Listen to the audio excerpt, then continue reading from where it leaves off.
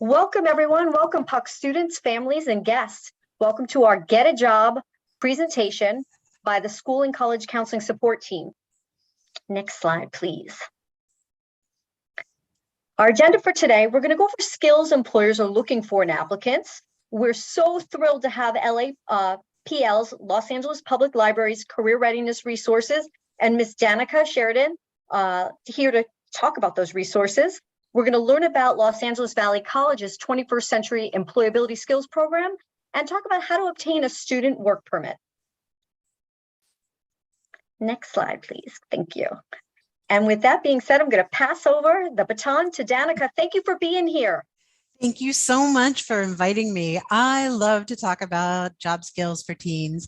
I am the teen librarian at the Silver Lake branch of the Los Angeles Public Library, but we have 72 branches plus a downtown library called Central Library, and there are teen librarians in all these places. Just so excited to talk to you about your information needs. So today we're going to go through some key skills that you need to have when you start your job search, and then I'll show you some of the library resources we have available.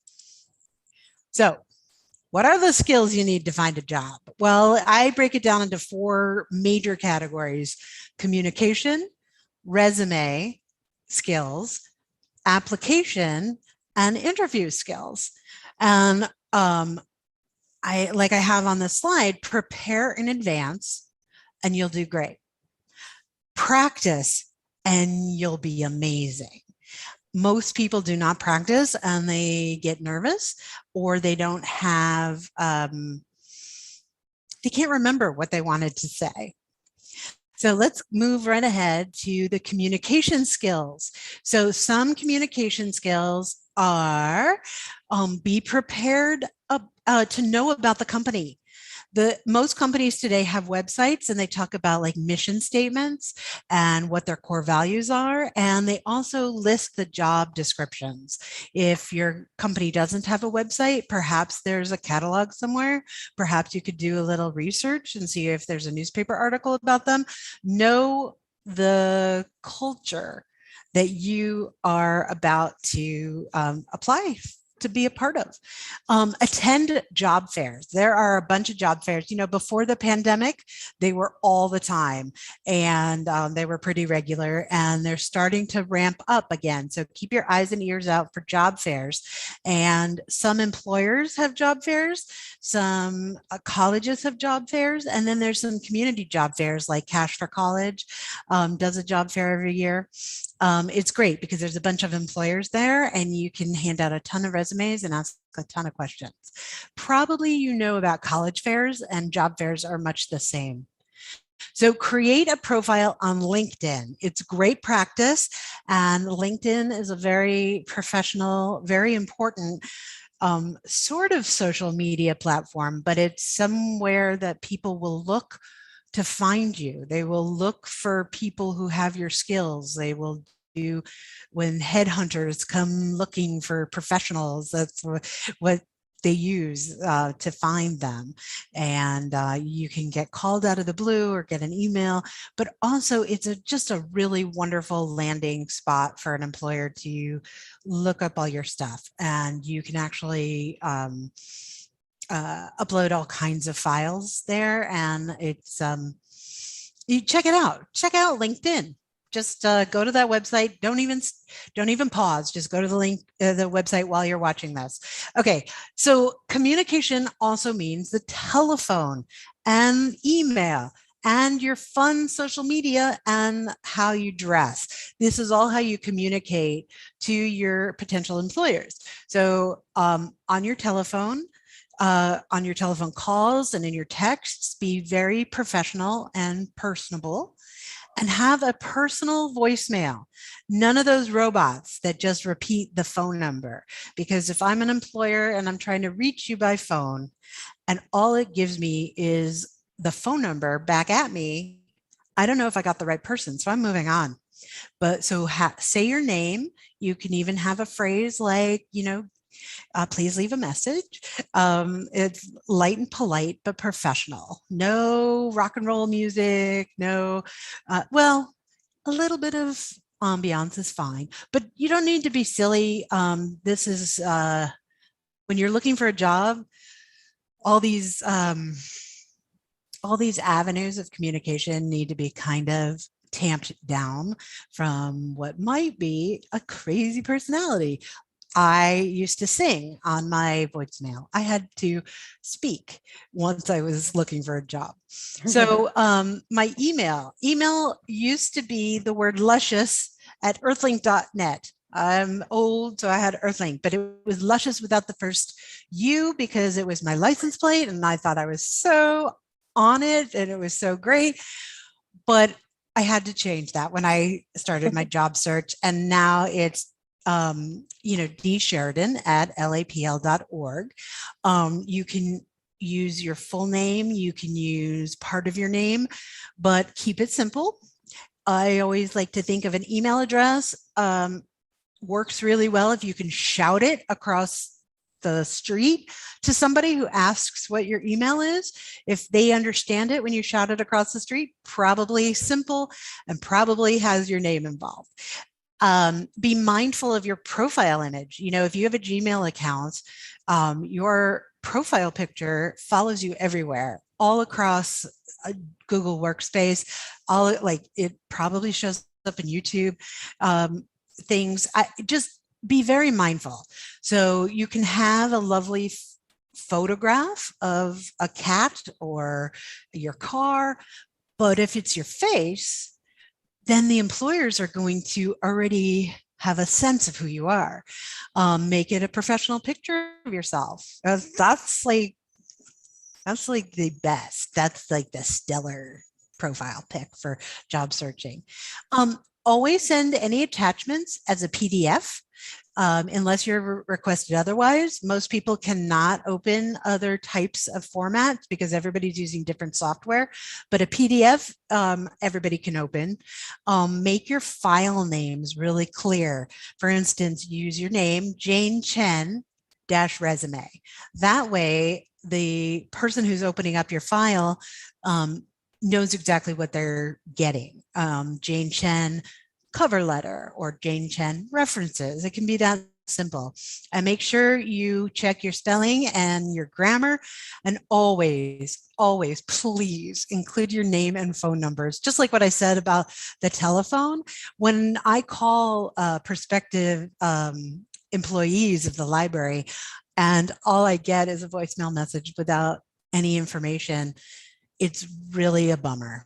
And same with an email. If they can't find your information easily, they can't communicate with you. So just with social media, think before you post. If you don't want your mom to see what you posted, don't post it.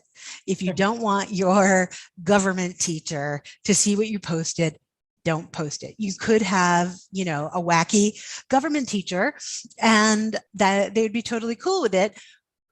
But, that's rare. So dress and comport yourself in a similar way. No one can tell you how to dress, but no one can tell them who to hire. That is like the best phrase I know to keep in mind when you're getting ready for an interview. So a lot of websites will tell you to wear a pencil skirt and a button-down shirt or slacks and a suit jacket or something like that. You guys are teenagers. A lot of the jobs you are applying for don't require that type of dress. Dress for the job you want. And so if, you're trying to be a barista, that's a different kind of outfit than if you're going to be a nanny or if you want to work at Dodger Stadium. But be the cleanest, most put together version of the job you want. Maybe instead of you never wear sweats and all this other stuff, but you want to impress the person you're speaking with and that you're meeting. And some of this stuff is online too, and you need to be aware of how you look online. So nobody here knows if I'm wearing pants or if I'm wearing shoes, but I am. because I'm at work. And the thing is that it makes me feel more professional when I dress all the way down to my toes for a job interview or for anything that I do virtually. And today you can see I have Kermit the Frog in the back. I have some library flyers. I thought about where in the room I should be speaking with you today. And I wanted it to, look like a fun library. So I picked this particular wall. So think about that as well when you're doing online presentations and job interviews. So your resume is the first impression anybody has of you. It's an overview of experience. You've got all your qualifications, credentials. Like if you're a lifeguard, you had to take a training and you get like a certificate or you get like a credential for that. Make sure that's in your resume. Your specific background information, your relevant background information. So you don't have to put your babysitting experience on your resume to be a barista. I mean, you might want to because you don't have a lot of job history, but you can kind of tweak it to make it sound like you cared for customers instead of necessarily for children. There's all kinds of ways to do it, but you want your resumes to be specific to the job that you're applying for. You want to use like action verbs to describe what you've done in the past and try to make it try to match it to the job description. So if the job says fast paced, you want to make sure that somewhere in your resume you talk about how it was a fast paced environment. They don't care that it's the exact same word that they used in the job description. Chances are the person who's interviewing you did not write that job description, but they know what they're looking for. So action verbs are very important. Like if you designed something, whether it's for school, volunteer work, or for a job you've had, if you designed it, if you edited something like an essay or a video for school, if you motivated people, like if you are on a sports team and you may not be the manager of that sports team, but maybe you're the forward kicker on a soccer team and you amped up everybody's energy before you went out onto the field. That's motivating. So you can use that as a word, and that's your experience. You guys don't have too much experience. You're only in high school, but that doesn't have to stop you from having a nice, juicy resume about who you are and what you can do. There are basically 5 sections. I have written here on the slide. There's your contact information. Your name and phone number are fine. You do not need to put your address. In fact, I recommend you don't. Your education, your experience, activities, honors, and skills. Back in the olden days, everybody used to say your special skills. It's not about special skills. It's about skills. Every employer wants to know that you know how to use computers. You cannot assume that they know you know how to use computers if you don't put it on your resume. They want to know what software you can use. They want to know that you have experience virtually as well as in real life with things. They want to know that you can do mobile applications. They want to know that you understand social media, and you can keep it bullet pointed, but they want to know because, basically there are robots. So there are robots that are reading your applications and your resumes now, and the robots are dumb. I don't know if you know this, but computers are dumb. Yeah, it's the humans that make computers seem smart. But a robot can't just sense nuance. So you want to keep the design of your resume very simple so it doesn't get confused when it's scanning. And you want to be very, very specific. I'm going to go to the next slide for the application. And something that's also good for your resume is to use quantities whenever possible, like how much money did you handle? You can fake it. It's not lying if you generalize. How many customers did you see every day? How many lattes did you pull? How many clients did you have come to an event? How many runners were at the marathon that you helped cut oranges for? You were at the marathon for the last 5 years cutting this many oranges for that many runners. And you want to use that because robots love data. The online applications are the norm, but be prepared to fill out a paper application by having all the info with you if you go to interview in person. There are times when they've surprised me and given me like an old-fashioned print application, and I've had to like fill in everything, and I'm like, oh my God, and I'm looking through my phone and I'm like trying to remember who my references are. Nowadays, you should have all that stuff just easily accessible on your phone. I used to have to carry papers with me. Upload your resume, your cover letter, and your references if possible on all online applications. There may be essays. I know, it's ridiculous, but they want to like you to elaborate on some things.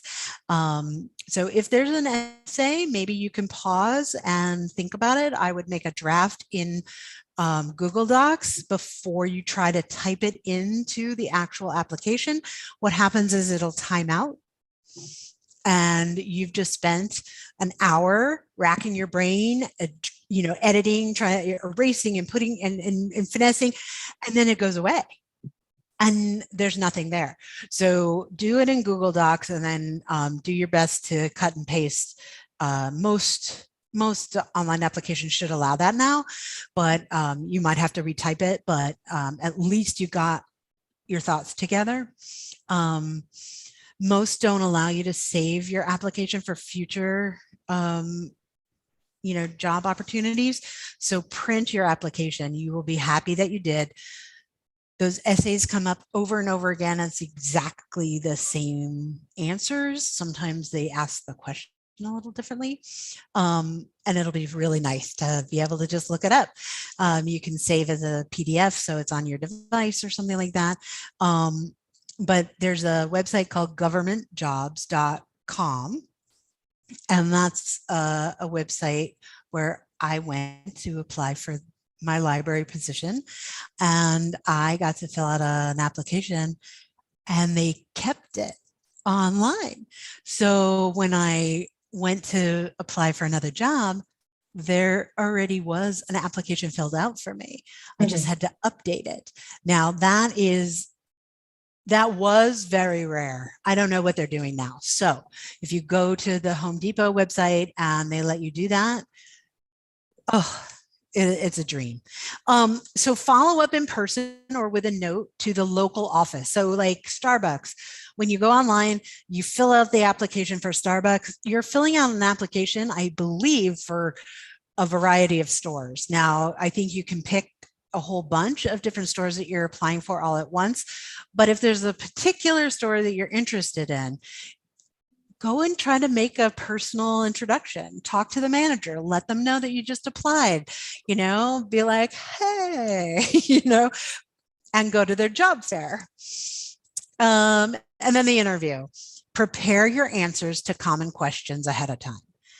I cannot tell you how important this is.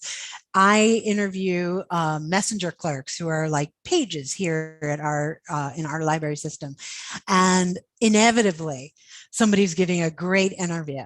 And then at the end of the interview, we say, "Is there anything else you'd like to tell us?" And they're like, "Nope." Wasted opportunity. Yeah. And then we say, "Do you have any questions for us?" No, I'm good. Wasted opportunity.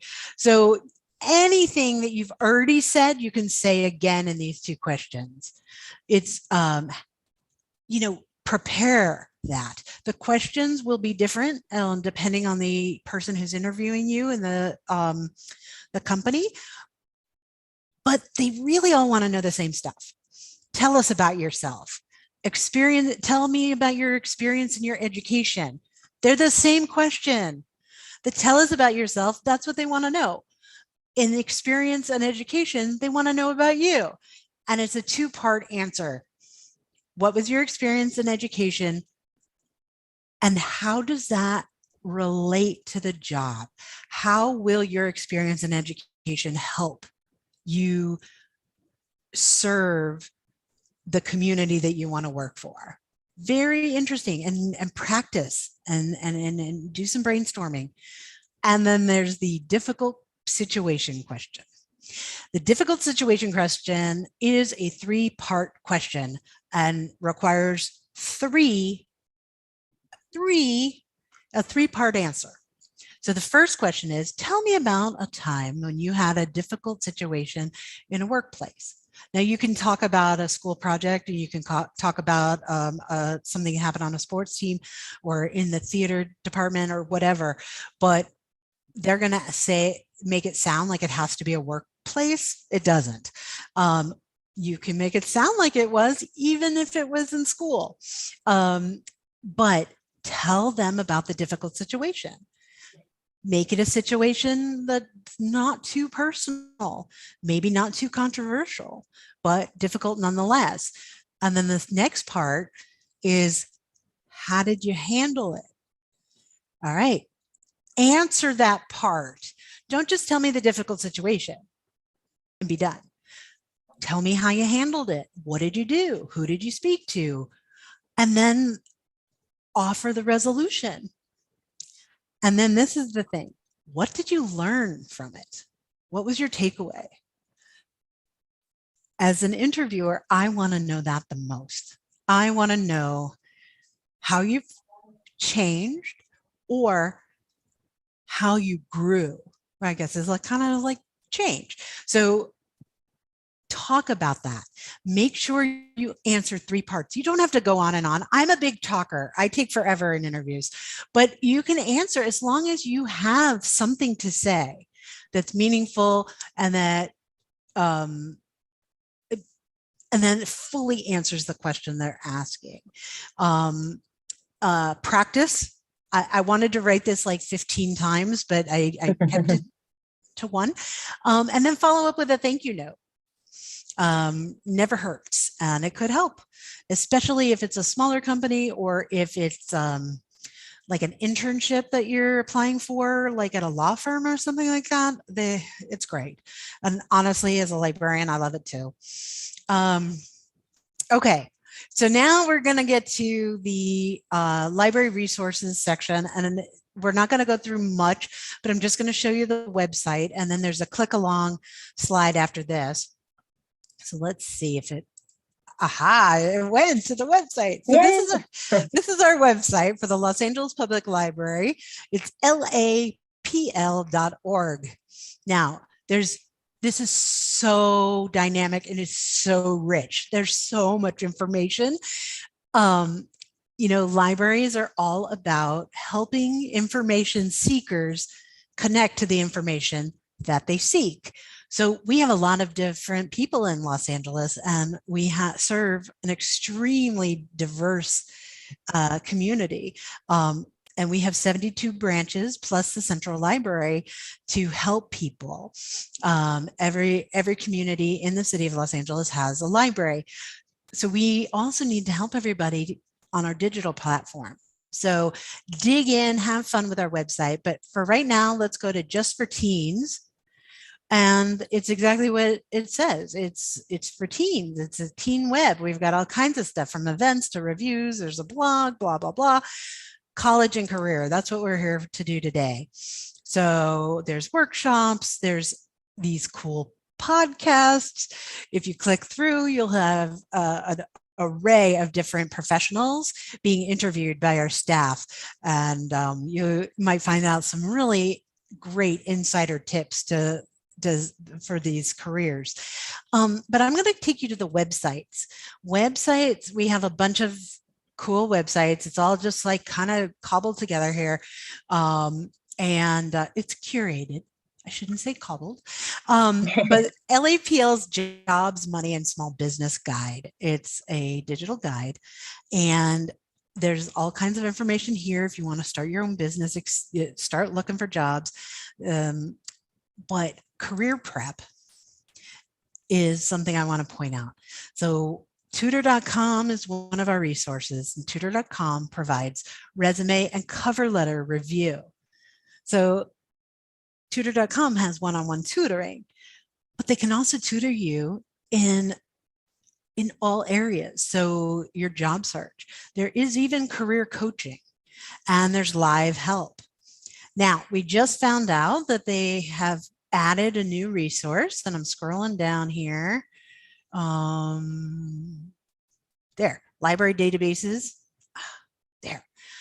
BrainFuse, Job Now. And I'm going to click on that. BrainFuse is offered to us by the California State Library, and they also help veterans. And so if you know any vets, if you know anybody NROTC, they can get some special resources here as well. But if you scroll down, they do have tools for learners, but they have job tools. And I'm really impressed with some of them. I'm not going to click here now, but they have live resume coaching, specifically live help for resumes, and it's immediate. Yesterday, when I was going through this new resource, I clicked to see what I would have to do to sign in, and I'm not going to click now because it's immediate. Like, you get connected to live help. It's like live chat on Amazon. It's just, except it's way faster. And so it's like, I'm so sorry to bother you. Just checking out the site. But they have job resource links and helpful resources, interview resources. Now, when I clicked through the interview resources, some of them were a little on the stodgy side, because the website that this one link led me to was from Boston University, and Boston is on the East Coast. It's kind of an upper crust kind of city, and it is talking to university students. So it's a little different than what I would recommend for teens. I think teens can wear a pair of very nice new jeans and a clean, well-fitting t-shirt, as long as your hair's done, you're wearing clean shoes, and you hold yourself upright and look people in the eye. But again, if you're trying to get an internship at a law firm, maybe this advice from BU would be perfect. So you're going to have to use your best judgment, but they also have resume templates, and that's so handy. So you don't have to learn how to tab everything yourself. And there's some tips, and you can read it yourself. Anyway, let me go back to our presentation, our slides here. And here is the click around. Is that what it's called? I think it's called the click around, but I love that term. And here is where you'll land if you follow this, if you follow these breadcrumbs. And then, oops, I'm going back to the website. Let's see. Oh man, this is hilarious. I've been having trouble with the cursor change, and you can see like the hand keeps going. There we go. There we go. You got it, Danica. You got it. Thank you very much. So you guys, that's the end of this presentation. Come and see me at the library. Join my teen council. Just ask for advice. I love to hear from teenagers who have information needs. So this is my email address and the phone number of the branch, and the address. Now, every one of you who lives in the city of LA has a local library that has a teen librarian, and you can start there. But if you don't find the help you need, just shoot me an email. I will try to connect you, or I will help you myself, because the city of Los Angeles is who we serve. And thank you so much for this opportunity to talk to you today. Danica, you were terrific. Thank you so much for all that information. I learned a bunch too. And yes, as an interviewer of students, it is so important. Everything you said, so valuable, and the resources you provided are just terrific. So thank you for being with us today and sharing your expertise. Next up is LA Valley College 21st Century Employability Skills Program. My name is Patricia Palmer, and I'm in the Workforce Training Department at Los Angeles Valley College. I'm going to talk to you today about our free 21st Century Employability Skills classes and how you can benefit from them. You may be starting to think about what you might do after high school. Some of you may choose to take college courses or pursue a college degree. Others of you may be looking to enter a particular career or start a specific job. Whatever you choose, every job, every situation, including being a student, by the way, requires a specific set of skills.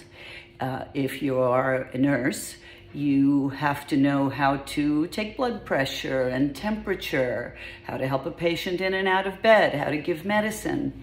If you're a photographer, you need to know all the functions of your camera, as well as how to set up shots and everything about lighting. If you are a retail store associate, you need to know how to operate the cash register and how to help customers in and around the store. Regardless of the situation, every position requires a very specific set of skills. Many people call these hard skills. They're the technical skills required to do a job correctly and effectively.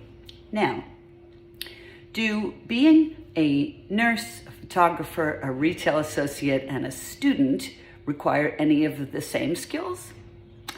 On the surface, the answer might appear to be no.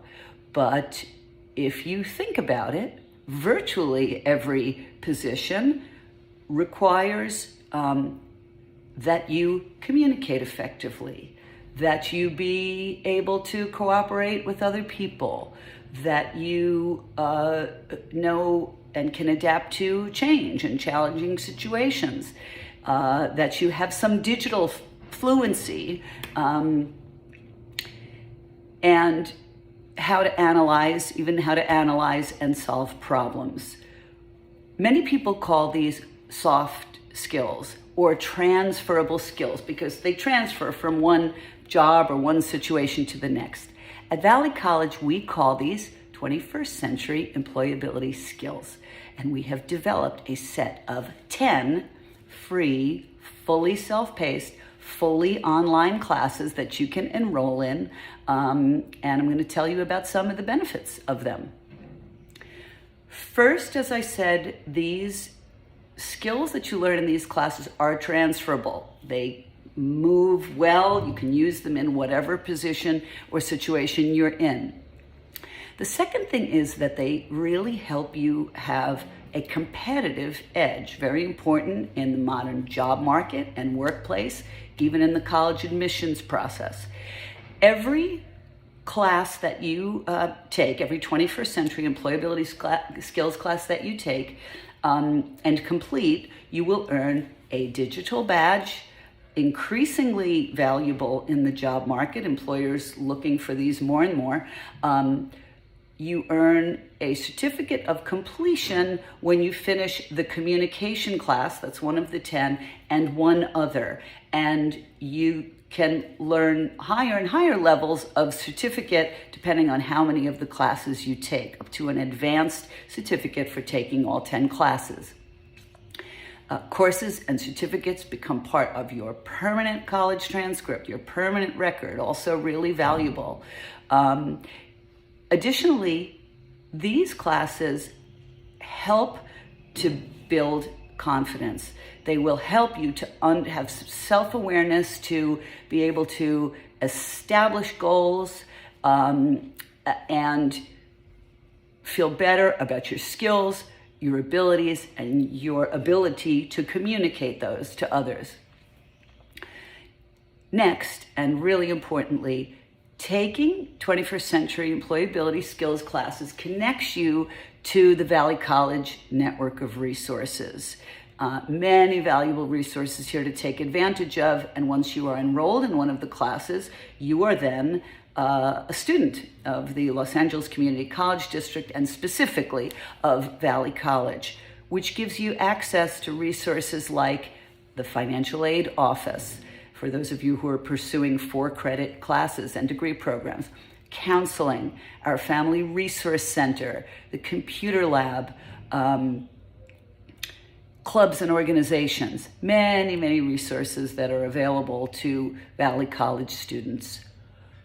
All of the classes help you have a better understanding of yourself. That gives you confidence, it gives you a competitive edge, and it gives you skills that you can take with you wherever you go. I hope that you will consider enrolling in one or more of our 21st Century Employability Skills classes, and I hope that if you would like more information or have any questions whatsoever, that you do not hesitate to contact the Workforce Training Department at LA Valley College. Thank you. Thank you for the great information, Professor Palmer. Now I'd like to introduce you and welcome Ms. Stephanie Mesa. Hello, PUG students. My name is Stephanie Meza. I am the Adult Education Counselor for Workforce Training at Los Angeles Valley College. I am also an instructor for the Basic Skills 21st Century Employability Skills classes. So I'm here to give you more information as to how these classes are delivered. So the delivery is what we call asynchronous. Asynchronous meaning online with no required Zoom meetings. This will give you access to join the class at your most convenient time, just as long as you complete all of the assignments by the end of the class dates. So for example, for our fall semester, we're having our students finish up by December 18th. So as far as like your level of interaction with your instructors, you can still get a hold of them, whether it be by email or there is a messaging system through Canvas, which we'll get to in a little bit. And there's also, some of them will put the phone number or give you an opportunity to connect with them via Zoom for their office hours. So I strongly suggest to take advantage of those office hours if you're wanting to learn more about a specific topic or just have any questions or just simply want to meet your instructor. As far as the hour commitment for these classes, each class is about 9 hours, but sometimes students finish before that time frame.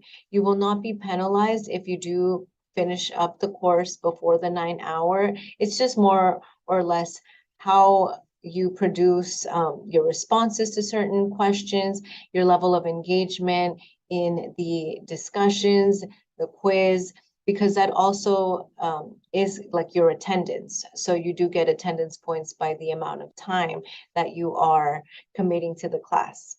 As far as that Canvas platform that I told you, when you do become a student and successfully enroll in the class, you will be able to see a tile on your student portal that says Canvas. Your classes or class would be located on Canvas, and you will be working through the modules and complete the class in that way. Within Canvas, there will be the syllabus, so you'll have a better idea of what your responsibilities are as a student, the different courses, the deadlines, the days that you are not required to attend because it's a holiday. And then as far as eligibility goes, these classes are open to all community members, high school students, student parents. It's open access. So we hope that you take advantage of these classes. Now, as far as what you need in order to have access is going to be technology. So you do need either a desktop, laptop, or tablet. I know some students are able to access this through their smartphones as well.